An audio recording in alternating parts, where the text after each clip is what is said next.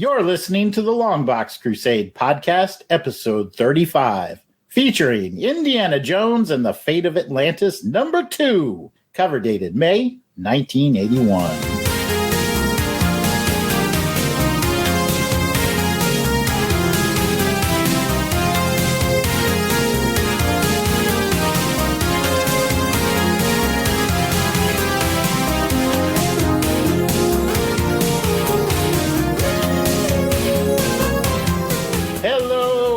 Welcome to the 35th episode of the Longbox Crusade. I am your host, Jason Albrick, a.k.a. the Weasel Skull. The Longbox Crusade is a podcast where each episode, a random cover month and year is chosen, and then an issue is selected from one of the Longbox Crusade crew members' comic collection. Each episode, we will summarize, review, and reminisce about the issue, ads, and events of that time period. Joining me for this episode is Jared Albrick, the yard sale artist. Jared, what's your current crusade in 10 words or less? No, I never stick to the 10 words rule, but all right. I will try my 10 words rule. You're done. Thank you, Jared. Moving on to... All right. Bullet Train, novel, Further Adventures of Indiana Jones, collected, fancy. Nice. Okay. Yeah, I got to take another trip over to your house and score some of those fancy hardbacks when you're not looking again. And I was thinking, depleted. Pat, DJ Cristado Sampson, what are your current crusade in 10 words or less? It's hard for me to count and talk at the same time. Hey, you're done. Hey, you're done. Home improvements work. Oh, there you go. Painting walls. Painting walls. Home improvement work. Follow-up question, what color? Primer right now, white. But then it will be like a creamish color. But we're actually putting up shiplap. So I don't know if you know what that is, where it's boards and it's kind of multicolor we got. So it's kind of cool pattern. Never heard of it. Yeah, I don't know how you could ask a simple question that you could answer in one word. I was like, a whole what color? Rambling and he was exposition and still not get the answer to your question. He was like primer, kind of creamish, shiplap, multicolor. Like what? I still don't know the answer. Project, I still don't know the answer. That's how I am. I got to whip wop prime it. Like what? I don't know what that means. Well, all teasing aside, we don't have Delvin today, but we have a double dose of Jason. We've got Jason Lady. Jason, welcome to our podcast. Thank you for having me. Oh, thank you for joining us. Thanks for pinch hitting. And 10 words or less, what's your current crusade? Sure. So I have the Marvel Unlimited app. I have a subscription to that, and I'm always discovering new things on there I've never read before. What I've been reading yesterday and a little bit today is MC2. I think it's Marvel Comics 2, where it was like set a few years in the future. And so it has like the children of the Avengers. So there's American Dream, who's the daughter of Steve Rogers and Sharon Carter, and a kid named J2, who's the son of the Juggernaut. There's a bunch of like legacy superheroes like that who are rising up to be a new generation. It's a lot of it's written by Tom DeFalco and drawn by Ron Frenz. So it's a great time. It's really old school feel, and I'm having a lot of fun reading it. And that wasn't quite 10 words, sorry. Spot on. It was spot on 10. I counted. I was right at 10. All right. You nailed it, Jason. Great job. I remember the MC2 universe, though. That was like late 90s. Yeah, Spider-Girl was the big, I think, standout the from breakout. it. Who stuck around. Yeah, the rest of it didn't really, which is a shame. There's some fun concepts in there. To bring some of that back. But the thing I remember most about Spider-Girl is they were like, okay, we're going to cancel it. And then like they got a ton of letters and they're like, okay, we're not going to cancel it. And then like a year later, they're like, okay, we're canceling it. And they're like, oh, okay, we're not going to cancel it. It was always on the precipice. And the fans saved it like, I don't know, a dozen times or something. Star Trek, the original series of it. Right. It kept getting brought back by a popular demand. Yeah, welcome to MC2 Cast. I'm Jared. This is my co-host, Jason Lady. Anyway, I'm going to go we did Spider-Girl, didn't we? Yeah, that was Delvin's. We did. It was one of Delvin's picks, yeah. Cool. Yeah. It was fun, too. I really enjoyed it. Yeah, it was That's good. another one I have to read. Yeah, I've never read that. All right. Well, thanks, everybody. And we invite all the listeners to be a part of the show by submitting your comments and memories, which will be read later on in the show. All links and pictures for this episode are in the show notes, which can be found at the website longboxcrusade.com. Please add the podcast to your favorite podcast feed or on Apple Podcasts. You can also follow the podcast on Facebook, Instagram, and Twitter at LONGBOX CRUSADE. We hope you come along with us on this crusade to read them all. Now, before we get started with the episode issue review, let's take a quick podcast promo break, and we will be right back. Hey everybody, Clinton Robinson here. I recently attempted to sneak into the LONGBOX CRUSADE headquarters basement to watch some of the Albrecht Brothers action movies while the crew was out at the Saturday matinee theater. Too bad I had a little mishap and got stuck down here, with no movies to boot. However, there are pieces of Pat's old podcasting equipment and excellent Wi-Fi service, so I decided to pass the time watching online fan films and talking about them. What, you don't know what a fan film is? Well, there are these non-theatrical movies that people post online of already established characters and settings. Ooh. Hey now. Just wait and see. Save all judgment for what happens when you listen to Fan Film Fridays, a new podcast found on the LONGBOX CRUSADE podcast feed. Welcome back from the break. Today's adventure from the Longbox is Indiana Jones and the Fate of Atlantis #2, cover dated May 1991. Credits for this issue are provided by Mike's Amazing World of Comics website. Publisher was Dark Horse, cover date May 1991. On sale date was May 28th, 1991. Cover price was $2.50. Editor was Mike Richardson. Writer William Mesner-Lebs. Writer-penciler Dan Barry. Inker Carl Kessel. Letterer Gail Beckett. And colorist Laureen Haynes. Cover credits go to a little-known artist called Dave Dorman, and these covers are fantastic. Oh, but I'm getting ahead of myself. Before we do that, I should probably turn it over to a cover description by Jared. I've got you covered.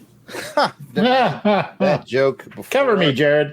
In my life. Okay, let's talk about this gorgeous Dave Dorman cover. It is quite simple. It has a sort of fire and ice theme, if you will. It's got a bold blue background as Indy dangles on a rope over some fire, molten lava, maybe molten something, who knows.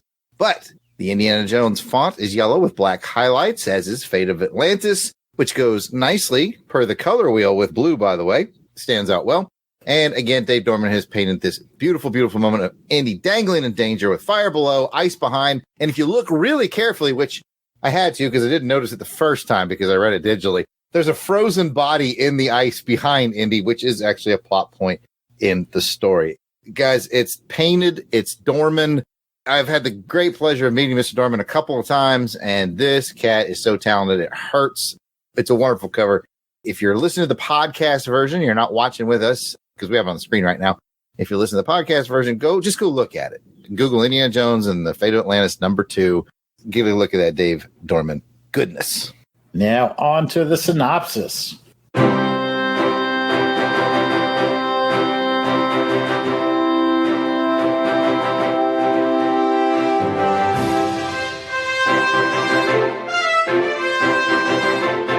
The title is The Fate of Atlantis Part 2. After getting ambushed and shot in the shoulder by a bunch of undercover Nazis, Indy decides to embark upon an expedition with his former colleague, Sophie Hapgood, to search for the lost city of Atlantis. If for no other reason than to warn his fellow archaeologists who served on the expedition, Indy and Sophie journey to Iceland, the Azores, and the ruins of an ancient Mayan civilization in the Yucatan, discovering clues and artifacts along the way. Following yet another clue to Leningrad, Indy and Sophie are beset upon by the evil Nazi Colonel Kerner and his men. Our heroes manage to fight their way free, but lose the artifacts in their possession.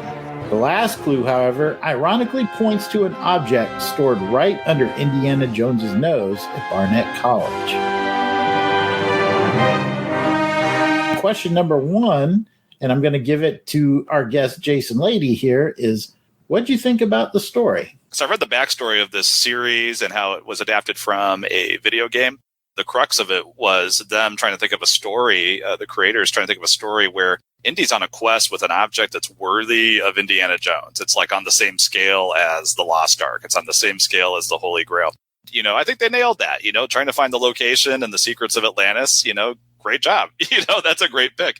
So I think as far as like the quest and kind of what Indy is after, great stuff. That's a really intriguing mystery. And, it's worthy of Indiana Jones's pedigree, shall we say, as a adventurer. I like how the story mirrors kind of the globe-trotting adventure feel that you'd get from the movies, including the map with the dotted lines where the airplane is going, location to location. I love that they put that in there. I thought that was a really cool touch.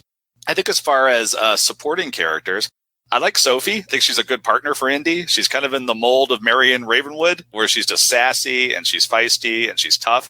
She has that kind of weird, kind of spiritual side to her that Indy's, kind of leery of. I like their banter back and forth, her and Indy. At one point, she calls him a clod. She makes fun of his hat. At one point, she asks him if he's antisocial, and he says, only around you. So this is a good, snappy kind of pulp adventure dialogue. Another thing I liked about it in terms of a side character is the use of Marcus Brody. I've always thought that in The Last Crusade, they made him a little too much of a goofball, kind of the comic relief. And I thought that was really unfortunate. If you look at him in Raiders, you can kind of see a guy who maybe was an adventurer like Indiana Jones when he was younger, and now is kind of in more of an administrative role, but was still someone to be taken seriously. And I like that this story didn't really make him into a goofball or a clown or comic relief. He was a very serious, kind of solid sidekick to Indy. And his dialogue, I could hear the actor, Denholm Elliott, rest in peace. I can hear him saying those lines. So I thought that was really well done. But good pulp adventure stuff. The seaplane, the escape from the geothermal vent, the secret tomb with the weird skeleton and the alligator pit, Nazi secret agents dogging their every step. I mean, this is all good stuff. This is all right in the Indiana Jones mold. So just to kind of wrap up a little bit, two things. I would say, one, it got a little confusing at some points. So all these names being thrown around, like Thor's called and Steinhardt and Hector Uribe. I was kind of losing track of who was who and how it all connected a little bit, the thread of it. And then there's a great fight at the end. And maybe once we look at the artwork, we might bring up that panel. But there's a really good fight at the end where they just totally beat up the Nazi agents that I really enjoyed, that everybody gets a lick in. So those are my thoughts on the story. I enjoyed it. I thought it was pretty good. I think an Indiana Jones adaptation is tough because you don't have the John Williams music, you don't have the stunt work, you don't have the Steven Spielberg, direction going for you. I thought this was pretty good. I enjoyed it. Let's pass it over to Pat and see if there's anything that he wants to add. Having brought this for Crusademas, issue number 1, like I think a few years back it was, when I brought the issue number 1 back, I'm a homer for Indiana Jones, so I was all in on this one. Again, look at that cover too. Let's talk about the cover on this one. Just another beautiful cover on this one that I really enjoyed. And Elvis had mentioned that it kind of looked distressed, and I think he's right. Getting that look on that cover again, the distressedness of it, made it look like an Indiana Jones, used up and sitting around, rolled up and just kind of hanging out, all dusty look to that cover. And just like Jared said too, it took me a little bit to look at that cover and go, oh wait, there's a frozen guy in there, just kind of holding that idol or the thing that they were looking for in his hands like that. I thought it was really neat to see. Going back to the story, beyond issue number 1, that was really set up for that one. For this issue number 2, lots of action in this one, lots of globe-trotting around. It's basically had all of your Indiana Jones tropes and things you want to see happening in here. And I think this would be one that would have liked to see turned into like a little mini series, or, I want to say a movie, but it could on its own probably stand out to be that way. But even just like a little series would have been kind of neat to see. Having played the computer game that this is based off of, still have it, the game that it was all based off of. That's some dope box art. I like that. I know. You got to keep this stuff, it's really cool. So it was really cool to see that turned into a comic book at the same time for the hype of the game and all that. So really enjoyed it. All right. Thanks, Pat. Just for folks to know, Pat did bring this to Crusademas a couple of years back, and that's really what I happened to be at the comic book store and saw that they had the complete series, and I was like, hey, I really like that issue 1, so let me buy up this series. And When it came my turn to pick a comic, I said, let's continue reading The Fate of Atlantis. So that's what brings us here today. But we still got to listen to Jared's input. Jared, we've heard tales about how we like the tropes, the journey going from location to location to location. We've heard got a little bit confusing with all the characters and locations. I agree with that one 100%. Anything to add from your perspective? Just a little, actually. Most everything's been covered, but yeah, just a concurrence on all those things. Like, it got to the point where I just kind of stopped caring about the names. Like, I was just like, whatever, I'm just going to watch Indy go through the motions. The only thing that kind of bugged me is, and I even went back to look to see if this story had been given a year, like it takes place in X year, because it bugs me that, like, she'll talk about sort of fantastical or spiritual elements, and he'll be like, poppycock. And I'm like, you've seen a guy take another guy's heart out, and the guy with the heart out healed right up and was still alive while his heart was big. Like, seriously? All this other stuff is poppycock to you, Indy? Like, you've seen something. Yeah, he's seen the Ark of the Covenant. He's seen the Holy Grail healed his dad. Yeah, right? Yeah, it's like, come on, man. You've seen weirder. Yeah, just leave it at. That's kind of an indie trope that he maintains that skepticism no matter what. It's like, come on, man. It kind of becomes a Harrison Ford trope in a way, because I had the same kind of complaint about, well, it's because they expanded the universe. But remember the original Star Wars? He was like, Force, whatever. But then, like, they've added prequels, and then Indy's backstory. Like, you've seen all this stuff before. Like, and all of a sudden in 1977's version, he's like, what a bunch of poppycock all this is, you know? And it's so it's a Harrison Ford trope to me at this point. That is the most minor of nitpicks. It's a breezy adventure. I like just watching them go from point A's to point B's using the conveyances of the time. And one thing I'm struggling with, by the way, is I am reading the Further Adventures Marvel at the same time as this, so I'm conflating some of it in my head too. The two stories are blending. But I just thought it was neat. They obviously put a lot of care into being accurate with how people got around in the time frame. So I thought that was neat. I like the conveyances. You know, Delvin probably never saw him. You know, that's his whole thing. But aside from that, I agree with everybody else.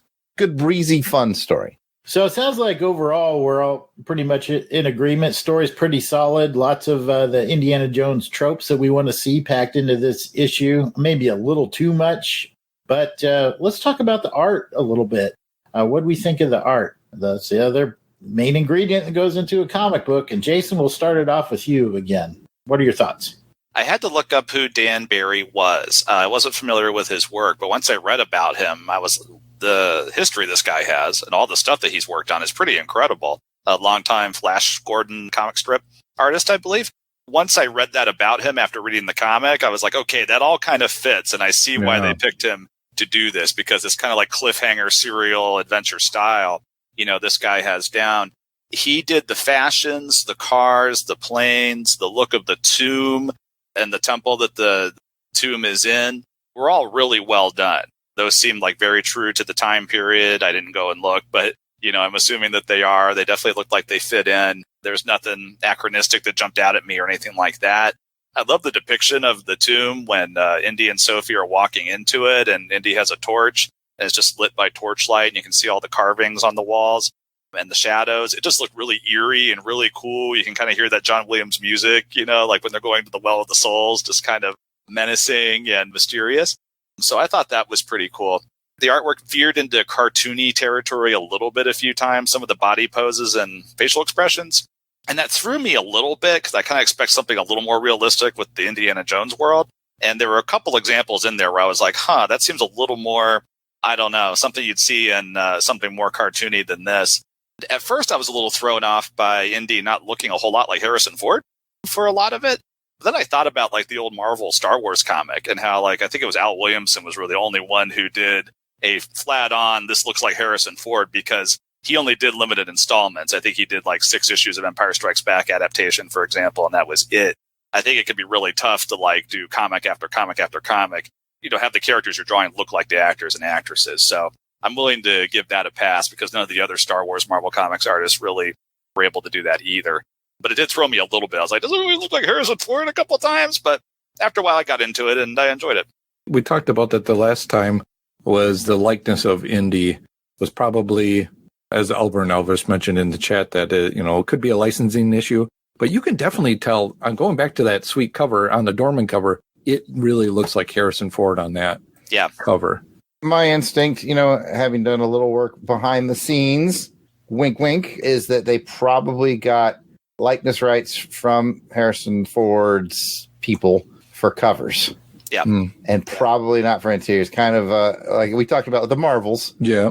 I don't think they had his likeness rights for those, and that's why he's always generic. But yeah, I think it's a likeness rights issue more so than an artist issue.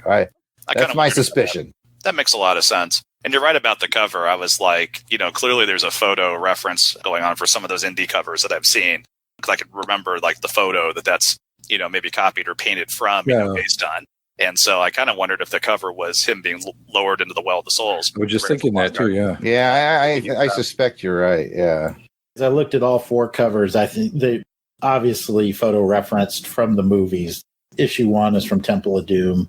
2 is the Well of the Souls. I think there's the one that was from the Raiders scene from the market where he's holding the pistol. They're all photo referenced. This one, I was really impressed by it, though, because they managed to take that photo reference and still, with the body frozen in the ice and the colors and having the geothermal thing, they still managed to tie it into what actually happens in the comic, which I thought was pretty impressive. Mm-hmm. Yeah, I would agree. They adapted it. Anyway, Pat, why don't you continue on and expand upon your thoughts on the art in the book? It's interesting that Jason brought up that it was a Flash Gordon artist before. So now when I look at this, I can picture that kind of timely, serialized art that's going on here. And, along with the colors, I think really looked nice. They really spent some time and detail on this as well. And with the inker as well, you have Carl Kissel doing the inks on this. Man, it looks amazing. Just the backgrounds on this, because of the areas that they go to.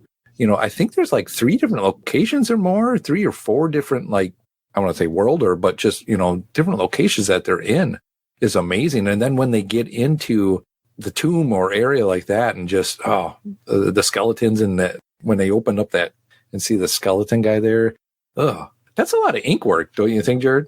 Definitely. Yeah. Yeah. Like you said, Carl's the master, so it's very crisp in this. Yeah. So I really enjoyed this one, and just brings me back to that whimsical, fun kind of just breezy light read. I thought I was going to read some of it last night and then read the rest of it today, but I got, again, further into this book because I was just so intrigued, and just the artwork just helps move it along. And you can just feel the Indiana Jones-ness in this, I guess is the way to say it. It's like watching them build the story art, how they would film the movies with the story through the artwork that they use. I'm a sucker for Star Wars and Indiana Jones when you could buy the VHS tape of how it was made, and, a big hour back, and they would show you the script, somewhat of the script and the story, and how they would then take that and turn it into what's on the film. Man, just the storyboard process. The storyboard process through the artist and all that.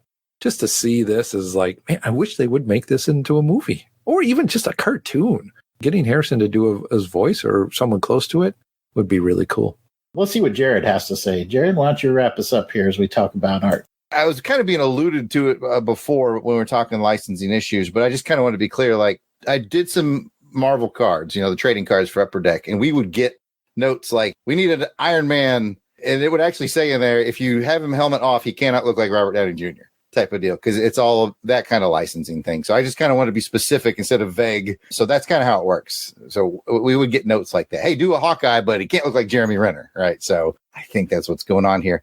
But this art, and I'm really glad Jason did the background on the artist to find out he was a comic strip artist from the Flash Gordons, because I was loving this art. I love this art so much. I texted my brother, the Weasel Skull, a few days ago. I was reading. I was like, this art is just, it's awesome. It's just dope. It is amazing. And I couldn't quite put my finger on why, but Jason Lady brought the great factoids there, which really gave me the perspective, because I'm like, okay, so if he's doing Flash Gordon art, that's what I clicked. It's got an old school feel. It's got a 40s, 50s feel. and Indiana Jones is a 40s, 50s character. Mm-hmm. And I'm like, this is why I'm feeling it. It's that perfect mesh of that art style, and it's one of its best forms. I mean, it's so, like Pat was saying, it's so intricate and crisp and clear and clean. And Jason is correct. It does get into the comical realms at some point, but I'll give it that budge because it is 40s, 50s. And again, we have a 40s, 50s character. So I just thought it was just a real good mesh of artist with storyline when it takes place. So I can't say enough about the art in this. When I looked at it, I was in awe of it. It's very high ranking for me. Well, I think we've gone around the horn and talked about the art. Overall, I think very positive. We all liked it. Jared, I believe the next segment is yours. Yes, indeed. So if we went to a comic convention and Mr. Dan Barry was there with all of his original artwork for this book, and you could have just but one page of it, what is your favorite page of art from this book? I see folks flipping through it feverishly, trying to figure it out. The only one who looks confident is Mr. Jason Lady. Jason, what are you going with?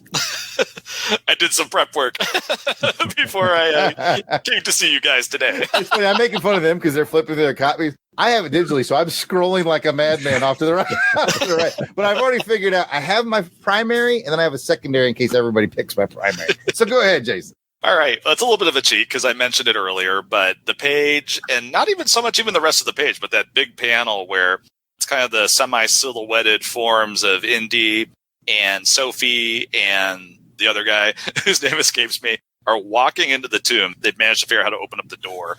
They're just like, whoa, looking around. But you're seeing them from the back. It's all lit by the single torch that Indy is holding. You're seeing the light and the shadow play off all the weird old carvings.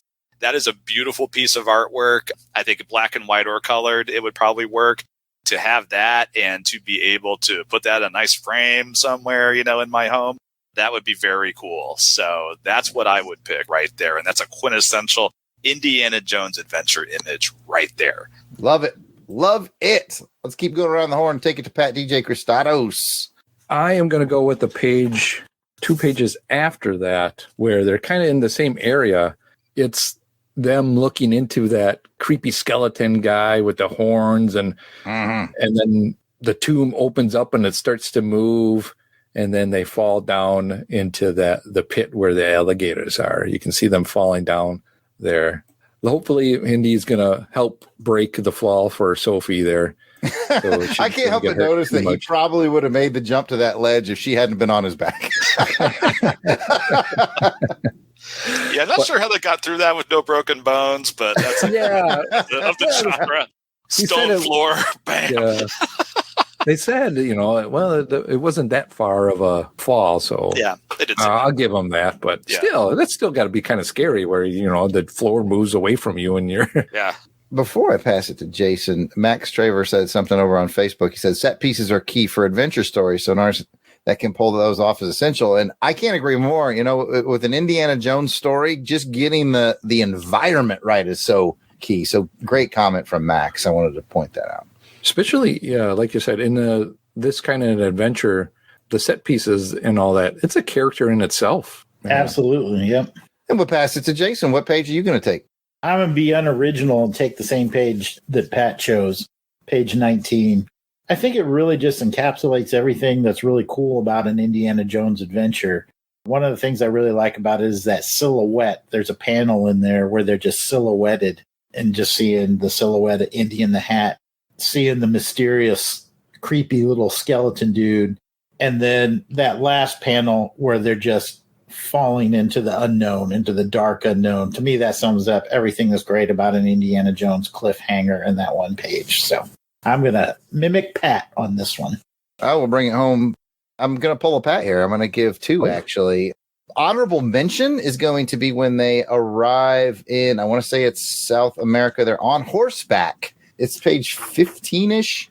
They're on horseback. Oh, yeah. That's a good one, looking down, like the architectural drawings of the buildings. The ruins is probably the better word. Plus, well-drawn horses, well-drawn people. That's my honorable mention.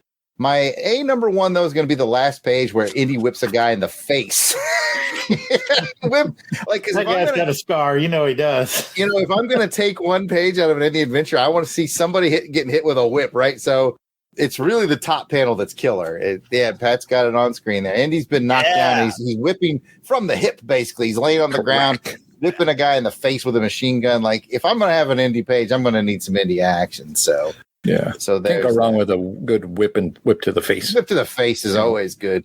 And just because I did the work ahead of time, there's a panel in the book, but it's the one where he gets blown out of the geyser. I've put it on screen right now, that's a good one too. Which I like to title After Taco Bell. That's what if you put that lens on it, it takes a whole new meaning. That's going to be me after they bring back that Mexican pizza, man.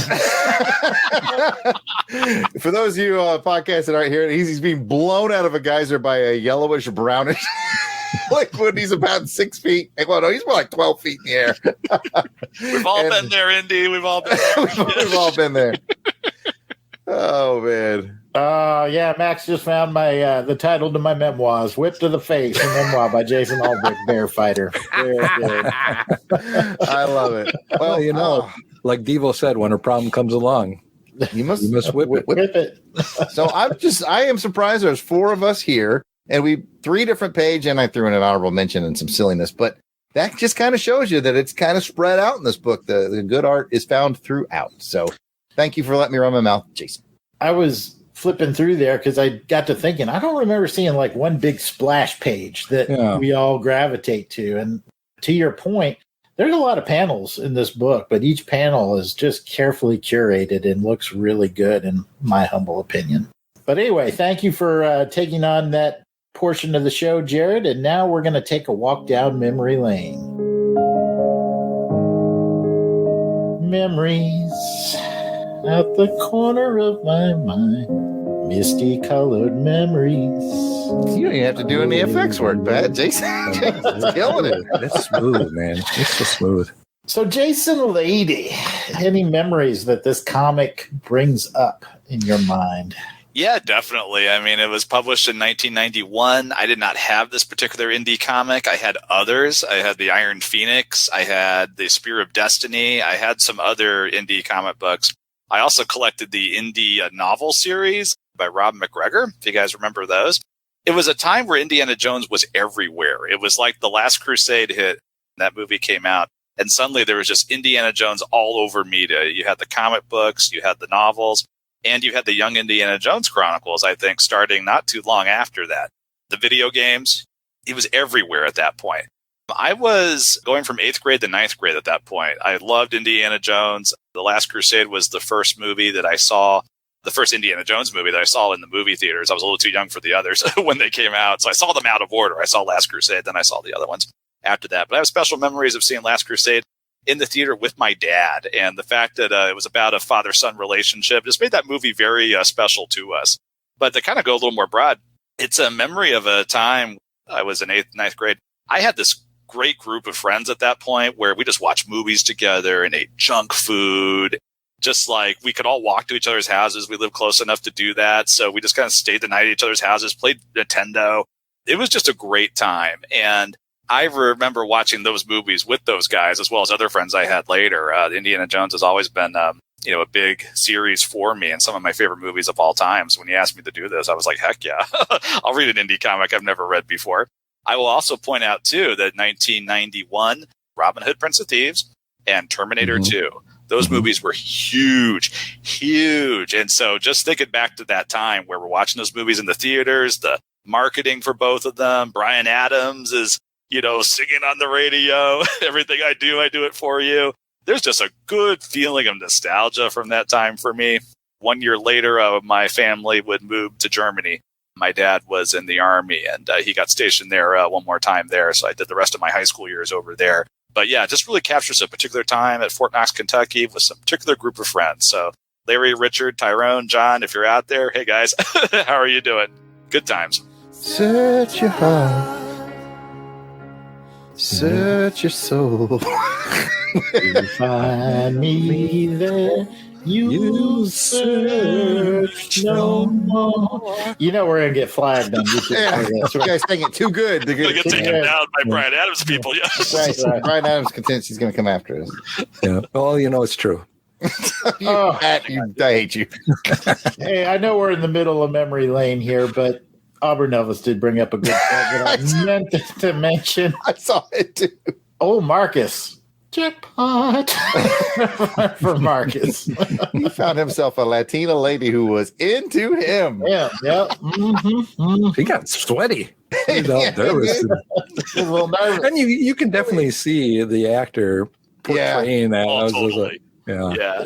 I mean, he's like this, portraying this really like, stiff upper lip British guy, really kind of uptight, and to be kind of put in that situation, you could just see him getting a lot out of it. Mm-hmm. Yeah, thanks for reminding me on that, Auburn Elvis. That was funny. That was part very had funny. Had me laughing. Anyway, Marcus love interest, yeah, good for let's him. get back on the rails of memory lane here. Pat, give me some sweet memories of this time. Oh boy, 1991. This came out in May. Within less than a month's time, I'm graduating high school. As we talked before, well, like Jason Lady said, that Indiana Jones brings back memories, especially like him. I remember going to see back in '89, Last Crusade with my dad. Friends weren't available to go, and I really wanted to go, and my dad really saw that I wanted to go, so he made the effort to come and take me to that movie. And being a father and son movie, every time I think about it, it's a special moment for me and my dad. This being 1991, starting to get these books, as Jason mentioned, the novels that are out there. This game in particular was out, and I was playing it. And let me just give you what you needed to play this game in 1991. You better have at least 32 megs of RAM. Well, it's a 386 processor. Which everyone's phone is a better processor than that these days. Everybody's phone is way better than that. 640K, just for 640K of RAM required. Again, the phone you threw out before you bought your last phone had more than that. Way more than that. Way more than that. And a CD-ROM, so you could get the voice. Your phone doesn't have that. Your phone doesn't have a CD-ROM. Yeah. But now you got audio tracks on that. Does it really? Yeah. You can't download an app? No. It's cool. So it's just playing those games and the other Indiana Jones games really brought back a fun time memories for him. And you made me want to pull out some of these games again, Jason, and I want to play these. Like I have the Last Crusade one, Infernal Machine. I even have like a desktop one up there where you play it on a little desktop. Remember when you had like desktop computer, you could play a little mini game on your little computer. So tons of fun on this one. Tons of fun. They really need to make a modern like Indiana Jones game. Bring that back. I think the last one they made was like on Xbox One. I played the Emperor, Emperor's something. Yep. Emperor's Tomb? Something like that. Groove. Emperors of Jade, Emperor. I don't remember, but I beat it. And Jason's right. I think that was the last time they made one. I didn't know it had been that long. Besides the Legos. Yeah, I got the Lego ones, but as far as like an original story, like with the success of the Tomb Raider franchise, it's like okay, just make it Indiana Jones. Yeah, that's what the first machine was like. You got 15 million Tomb Raider games out there. Or what's the other one? What the heck are those games called? Uncharted games. So those are essentially Indiana Jones games, yeah. We're getting away from the memories. Let's get back on track with memories. Jared, I know you got some memories in 1991 and or Indiana Jones. Oh, I do. It's funny how Jason Lady is departing for Germany. We are returning from, and so we're at the comic book shop in North Carolina. And I think I remember these coming across, but this was Dark Horse and it was licensed, so it was like they covered price. You read it earlier, Jason. It was like $250 or something. $250. I mean, how dare you? I know.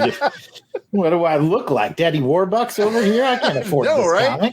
Marvel Comics at the time, for comparison, folks, their cover price was usually $1. So, you know what? Instead of taking that memory, I'm going to take a more recent memory going back about 5 years. I was going to a convention in Florida. Dave Dorman was the headliner. The convention sent me a little floor plan, and my table was going to be right next to Dave Dorman's. I thought, that's really cool. I get next to Dave Dorman, get to meet him, get to know him. And so I was looking at some of his art, and my son, who was about 11 at the time, he was like, oh, that's really cool. And then my wife took a trip to Colorado, to Denver for work. While she was there, she's like, I got to go by Mile High Comics, because that's the thing you do when you get there. And So she went there and she actually hunted down this series of comics to buy for Jordan to take to the show to get signed by Dave Dorman. And Dave was very nice and spent a lot of time with 10 or 11-year-old Jordan signing his books and just being super nice to him. So I just wanted to turn this memory moment into a shout out to the kindness of Mr. Dave Dorman. And what a nice memory that we have from that. That's very cool. Man, that's awesome. I guess my memory would just be of Indiana Jones in general. You know, Indiana Jones is one of those characters up there with James Bond and the Star Wars crew that's just been with me since my childhood. It doesn't really matter that if you look at the amount of toys and video games and compare what Indiana Jones has had to what Star Wars has had, they roughly came out around the same time. I mean, it's not even close. Like Star Wars from a media perspective just blows it away. Yet somehow Indiana Jones still survives. He still hangs on. And every time he comes back in the theater, we all roll out to go see him. So whenever I see an Indiana Jones comic book, it's a must-have. Got to get it. It's just something that's ingrained within me. I remember when, as a kid, even Jared and I used to play this game where I had a seashell like jewelry box. I don't even know. I remember it. Yeah, I don't even remember. Red lining. Red line seashell memory box. And then I had some fake gold coins. So this was always the treasure that we would hide from one another. Were they chocolate? No, we would have like chocolate coins. There'd be a bunch of gold wrappers. Yeah, wrappers. In there, if that were the case. And so we would go and hide these things and pretend like we were Indiana Jones and like leave clues and stuff to go find it. It was even ridiculous. I'd even put like talcum powder inside of it, you know, so like when you closed it or open it, there'd be like the old dust you know, like would come out. I remember that. Come out. I mean, it was just stupid. It was ridiculous, but that was the effect that Indiana Jones has on us. And I think even now, like whenever Jared and I get together, we inevitably go geocaching somewhere. And I think that's that spirit of Indiana Jones, finding that lost treasure, just ingrained within us. So when I read these books, it just brought me back to that childhood. And all right, I have an addendum, Jason. Not only do we do all that, but Jason actually, I think we did this together because I remember even part of it.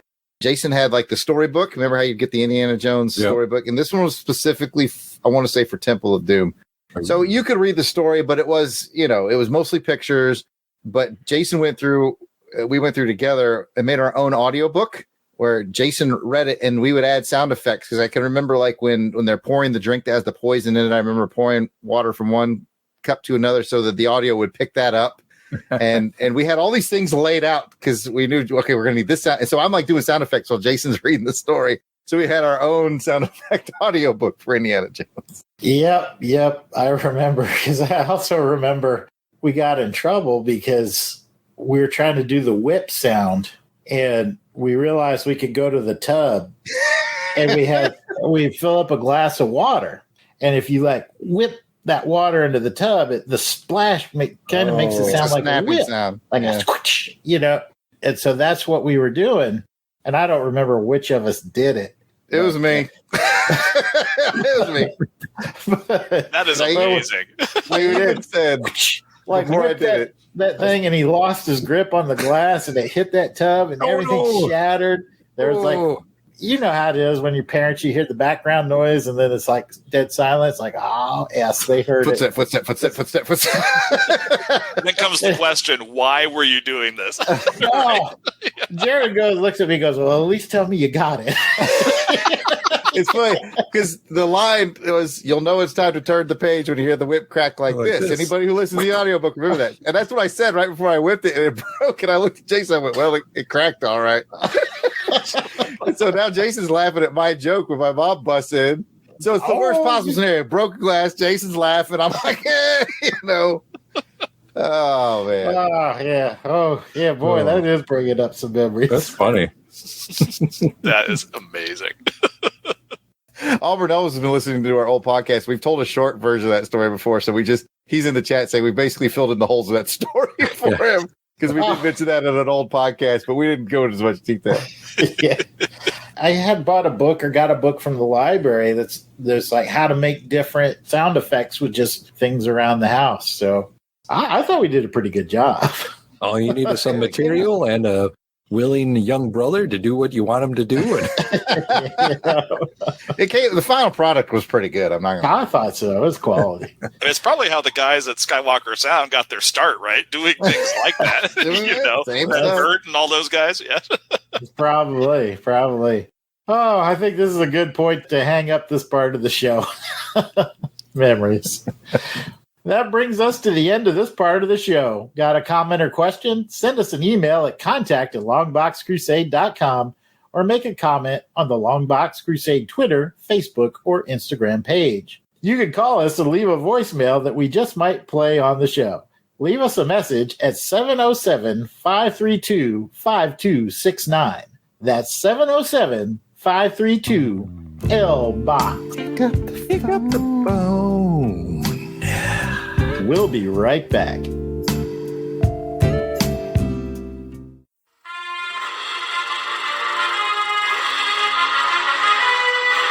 army of evil on the march, Bird Degaton appears to have time on his side.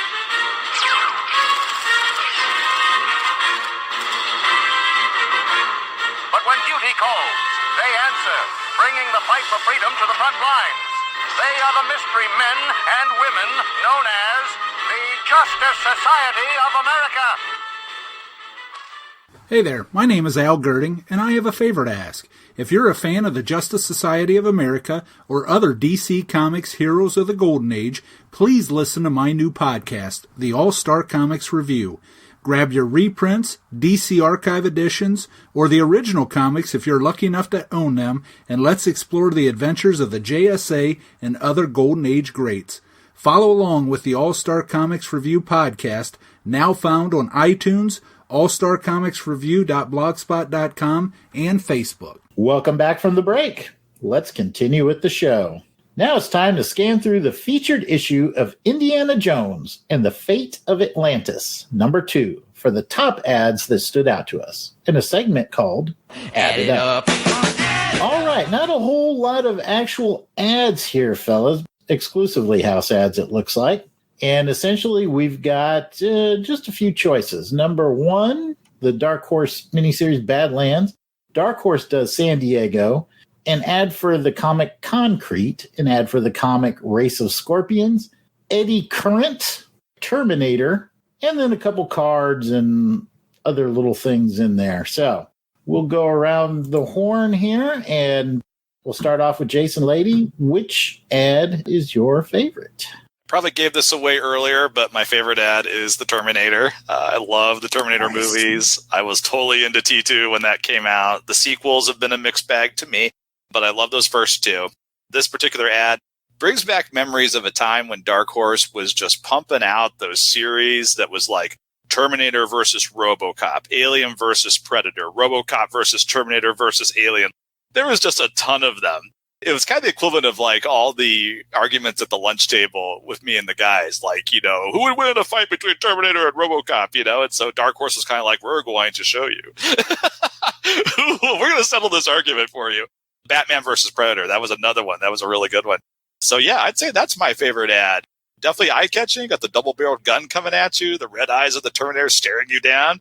Just the fact it's Terminator, hey, I gotta go with it. I have no choice. And art by Paul Gulacy of Master of Kung Fu fame. So that's not too shabby. Nice. So we got a vote for the Terminator. Pat, what about you? Which is your favorite ad? I did like the Terminator one, but what I found interesting is the Race of Scorpions. Here I am.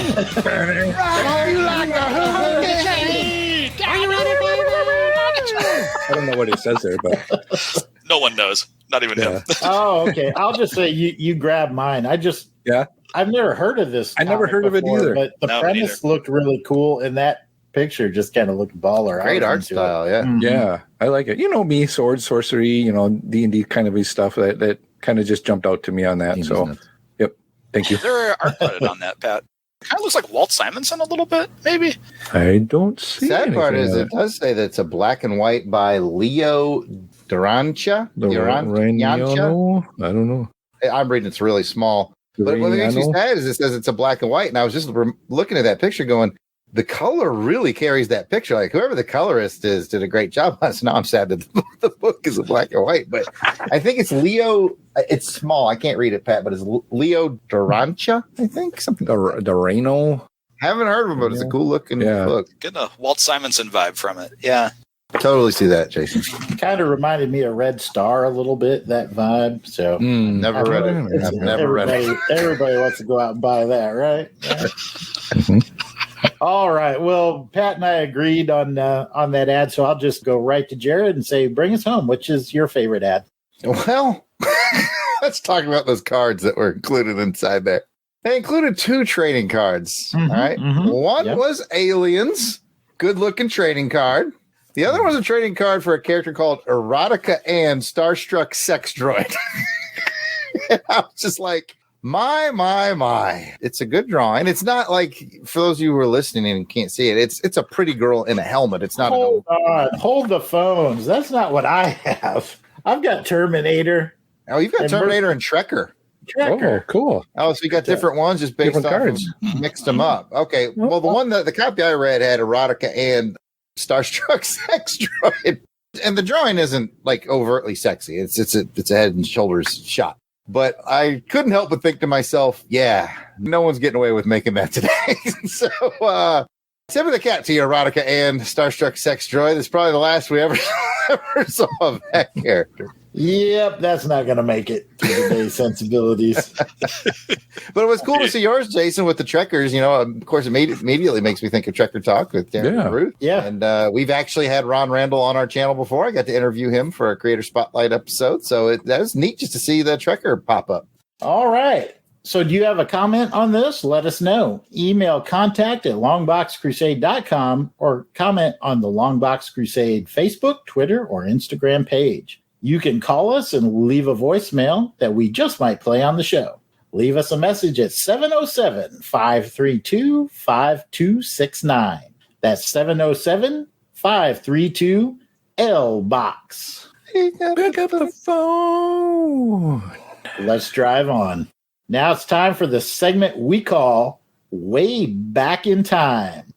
Once again, it is time to take another revealing peek back into history. What famous date shall I set it to today, Mr. Peabody? May 1991. Got it.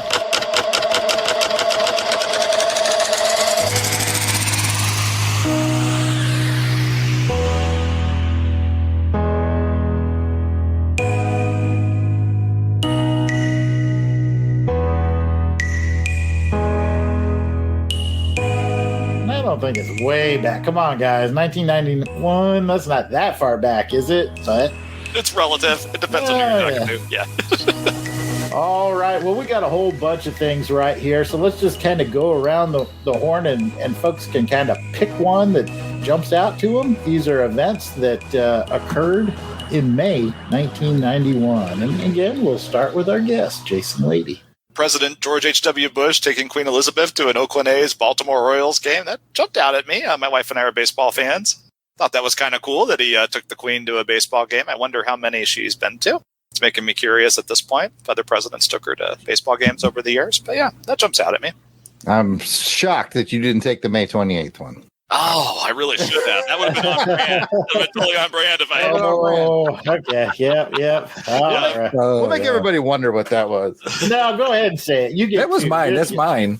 Okay, go ahead, Pat. On May 28th, it's the debut album of Jodeci is released. And later on in Billboard, it becomes Album of the Year from 1992. And it is Forever My Lady. Forever. I got it. I got the CD. So it's a good album. Jodeci. Love it. That's a song I've never had sung to me before. With this last name, you get all the jokes. You get Dude Looks Like a Lady. You get Lady in Red. You know, you get all of them. Lady by Styx. You know, all of them. This is a new one to me. So, Hey, like this. All right. This one's going up for you, Jason. Forever My Lady. wherever you are out there, Jason. Yeah, lady, you know. You don't want to. All right, Pat's having too much fun. Jared, go ahead and pick one. On May 1st, A's outfielder Ricky Henderson steals 939 bases, making him the all-time Major League record holder for Stolen Bases. He stole that record from Mr. Lou Brock. Jason and I have something of a personal connection there because our grandmother worked at a elderly care facility in California for many years, and she took care of his mother. So we used to get a lot of cool Ricky Henderson swag because she'd get Ricky Henderson swag from him to give to us. So it was really cool. We were big Ricky Henderson fans due to that connection. So apparently on May 1st was the day he broke that record, 1991. All right. Well, I'm going to keep the baseball theme going because on May 1st, Texas Rangers starter Nolan Ryan pitches the Major League Baseball record of his 7th no-hitter, beating Toronto 3-0 at the age of 44. He is the oldest pitcher to ever throw a no-hitter. So lots of baseball stuff going on. Yeah, it was. Yeah, it was The third bullet, the final episode of Dallas was in 1991. I had no idea that show was on that long. Holy cow. I associate that with the early 80s at my grandma's house. I didn't know it was on that long. I'm surprised no one took May 14th. The world's largest burrito. I was looking at that created. one. That wasn't the date that Indiana Jones climbed down that. That's what happened after that. 1,126 pounds of burrito. It's a lot of burrito. It's a lot of burrito. You need a lot of help to eat that. Yeah. All right. Well, let's talk about movies. We got the top 3 movies for May 1991. And I'll go ahead and let Jason Lady kick us off with the number 3 movie. Number 3 is Thelma and Louise, an action movie, grossed about $45 million. Is it an action movie? Is it? That's what it said. I would put that in the drama category. Same. Is it going to make action film face off? I don't know. At any rate. When we get to like way down the line, we're running out of movies. There's other Gina Davis movies that would qualify, right? Oh, definitely. Long Kiss Goodnight. Long Kiss Goodnight. That's a great one. A great movie. Yeah, it is. Oh, I was about to say we may need to skip Pat to give Jared number 2. I'll take number 1. I think Jared will take number 1. Pat, go ahead and bring us in with number 2. Well, all right. Well, coming in at number 2 is the movie some people forget, but I always remember because I always want to know, what about Bob? Is this some kind of radical new therapy?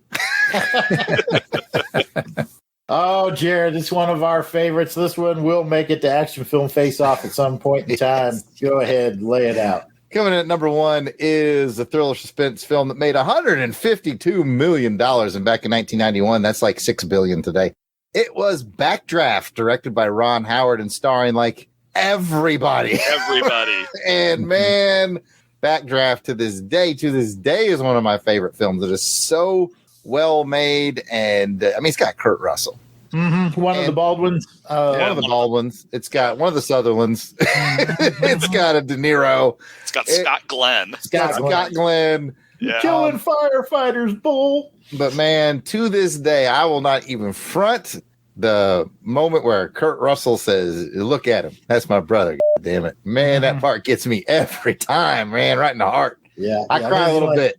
Yeah, he's laying there mortally wounded. Mm-hmm. Oh man! Oh, sorry, spoiler alert. Let's move on. I haven't seen that one in ages. Oh man, it hits me in the heart every time. Let's talk about some music. What's the number 3 song, Jason? I Like the Way, The Kissing Game by High Five is number 3. 1991. I cannot remember that song. Pat, can you sing some for me? You know, I didn't have time because of my crusade that I was on. I didn't have time to listen to this one, so I probably heard this one, but man. I know. I feel the same way. Like it's High Five. It's like I know it, but it's eluding me. It's I feel like I should know it. Yeah, I should know that. I Like the Way. I don't know it either, but I know number 2. So why don't you lay that one on us there, Pat? All right. Well, coming in at number 2 is a good 80s band, still rocking it in the early 90s with Roxette with the song Joyride. Mm-hmm. Come and join the Joyride. Yeah. One of my favorites, yeah. All right, yeah. She's Got the Look is another one by them. Yeah, that's a good one. Yeah. Must have been love, but it's over now. Mm-hmm. Good ballad. And Jared, who does number 2 work for? Number 2 works for number 1, which is Amy Grant singing Baby, Baby. I'm not going to keep singing because I'll do it so well we'll get flagged, but I know the song. Don't get us flagged. I know the song. That Amy Grant impersonation is well known. Man, that Amy Grant, like, burst on the scene in 91, man. Like, it was everywhere. Like, you couldn't escape any Amy Grant in the early 90s. It's everywhere. Well, that brings us to the end of this part of the show. Got a comment or question? Send us an email at contact@longboxcrusade.com. You can also follow and leave a comment on Twitter at LongboxCrusade. We'll be right back.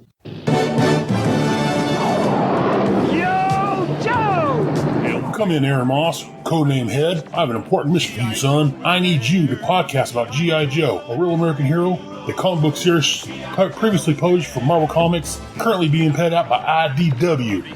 Which issues, General Hawk? Issues? Well, son, you're going to cover the entire run, plus the yearbooks, special missions, order battle, everything, along with the cartoon. Wowzer, sir. That's a mighty large mission. That's why I'm assigning you several other Joes as they're available to help. And how do I report my findings? Monthly at our main site, gijoe.headspeaks.com, on iTunes and Stitcher Radio. Submit your report under G.I. Joe, a real American Headcast. Anything else, sir? You can get further information on the social medias, Facebook, Google+, Twitter, all under G.I. Joe, a real American Headcast. Dismissed, soldier. Yes, sir. And now I know. And knowing is half the battle.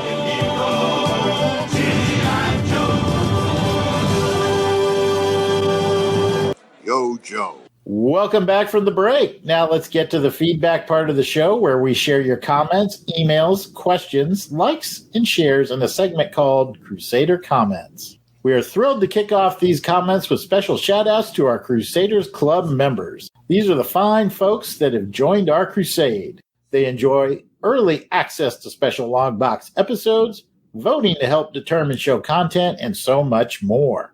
So these are the folks reaping the benefits and giving some much appreciated support to the show.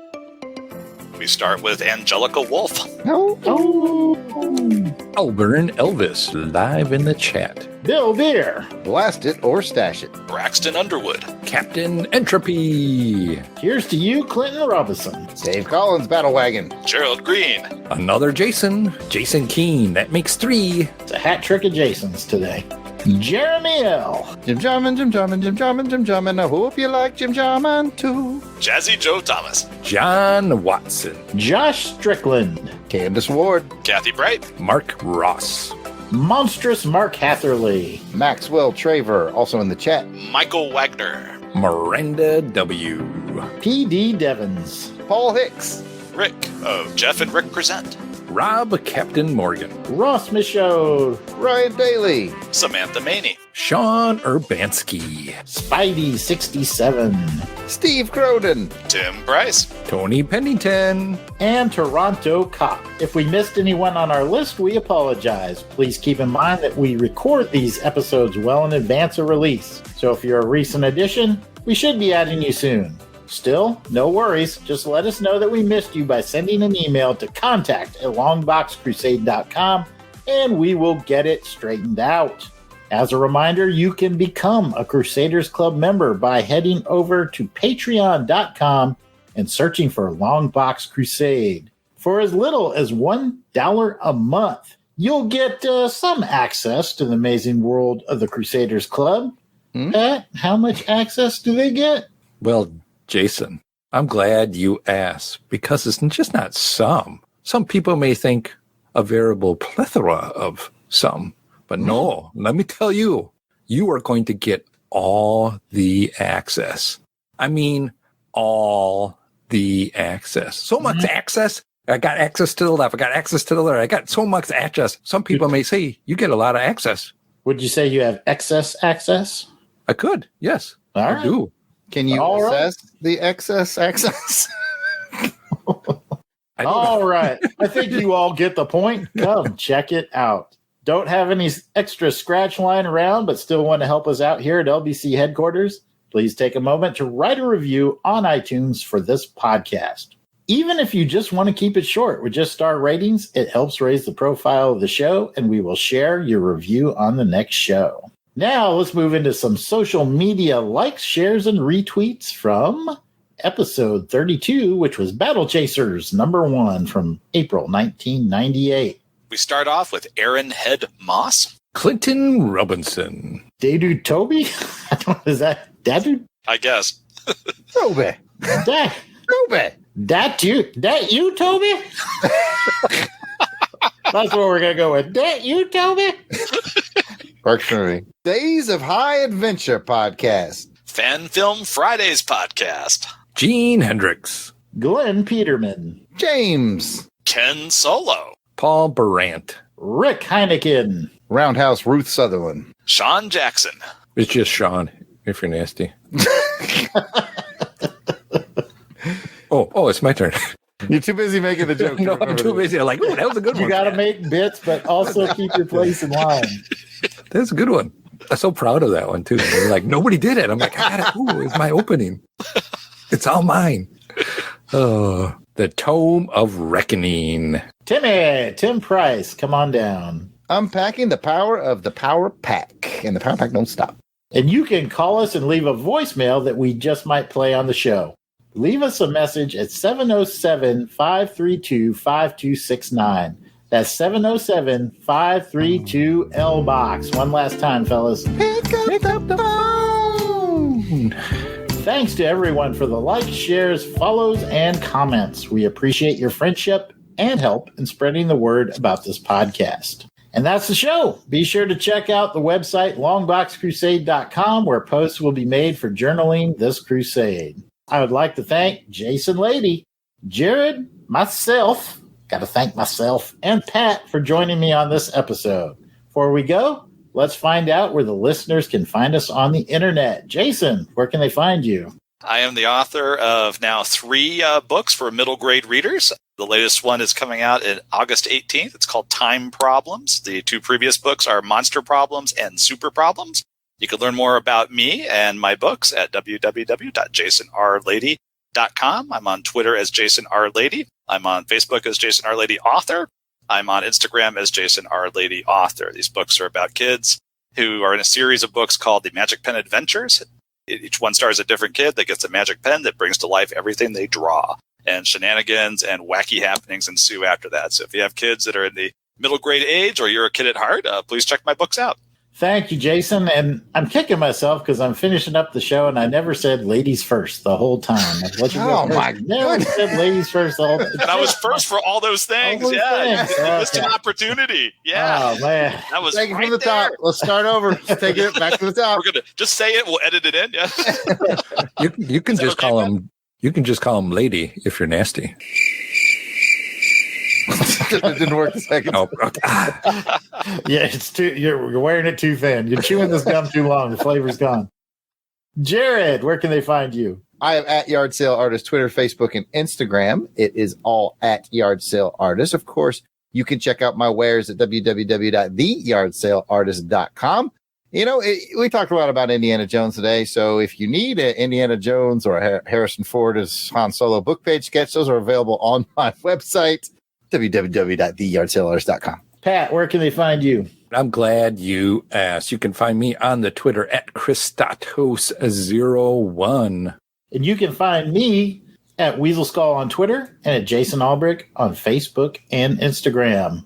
And if you want to interact with us via live chat and be entered to win some free stuff on our live raffles, join us on our next episode of Doing It Live Stream over on YouTube.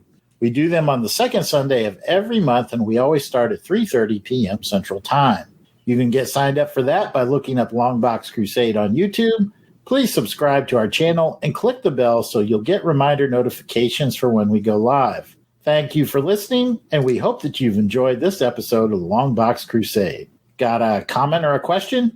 Email us at contact@longboxcrusade.com or leave a comment on the Longbox Crusade Facebook, Instagram, or Twitter page at Longbox Crusade. Until next time, take care, and please join us for the next episode as we continue on the crusade to read them all.